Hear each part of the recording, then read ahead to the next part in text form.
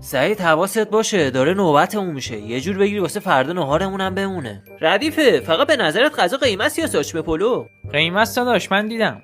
خب پس برنامه عوض شد. یه جوری میگیریم که واسه نهار و شام فردامون هم بمونه. رضا برو جلو، نوبتت شد. بفرمایید خدمت شما.